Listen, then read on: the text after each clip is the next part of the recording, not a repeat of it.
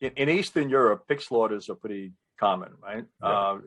You're out in the country, pigs are part of the agriculture out there, and they're easy animals to raise and feed. And in the wintertime, there's always, quote unquote, a pig slaughter because they don't, in the country, there's not a lot of refrigeration. So they do it in the months of January, February. So I had just, I was born in Hungary, original Hungarian, and then I grew up in the US.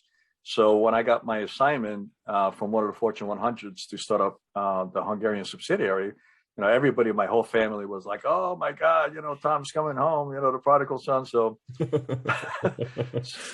so we got invited to pig slaughter to my father's sister's farm, and her husband, my uncle. I remember as a kid because I used to go down before I moved to the U.S. I would go down for summer vacations and spend on the farm. And the guy, I never understood a word he said because he would just mumble. And like every third or fourth word that would come out of his mouth would be a curse word. So like you heard, mumble, mumble, mumble, curse. Mumble, mumble, mumble, curse.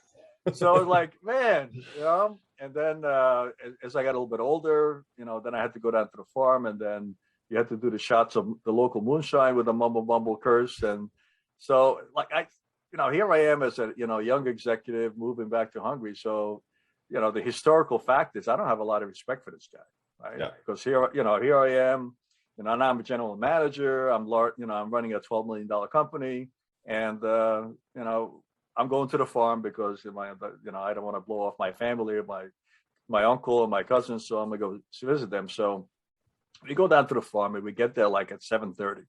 So by 7:30, this guy's already taken out one pig and is ready to start for another one, right? 7:30 in the morning. So they wheel out this.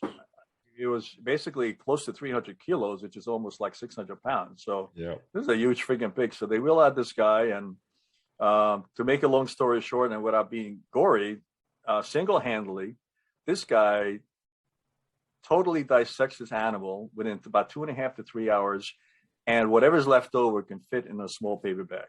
Yeah. Right. Yeah. So why am I telling the story? The reason I tell the story is because this guy, his strength, right?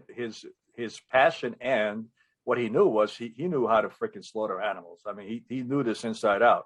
He could, if I tried to do that, I would have no clue what to do. But single-handedly, this guy takes apart a 600-pound animal, dissects it, and then not only that, but my cousins at a certain point, without even him having to say anything, they go into action, and they start taking the meats there in the buckets, they start chopping it, they start spicing it, making the salami and the pepperoni and the sausage and the bacon and salting the ham, and it's like a freaking assembly line.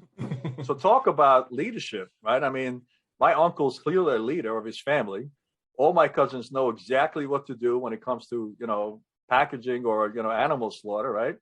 Yeah. So all of a sudden, my uncle rose like, 100 degrees in my eyes. He went from a bumbling idiot to a craftsman and a really skilled person who can dissect an animal in about 2.5, 3 hours, and because it was his passion and he was great at it.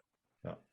Right. So the point is, look, if you want to be somebody who doesn't want to burn out, if you want to be a leader, then do the stuff that you're passionate about and do the stuff that you're good at, because you want to get up every morning and do it and do it great.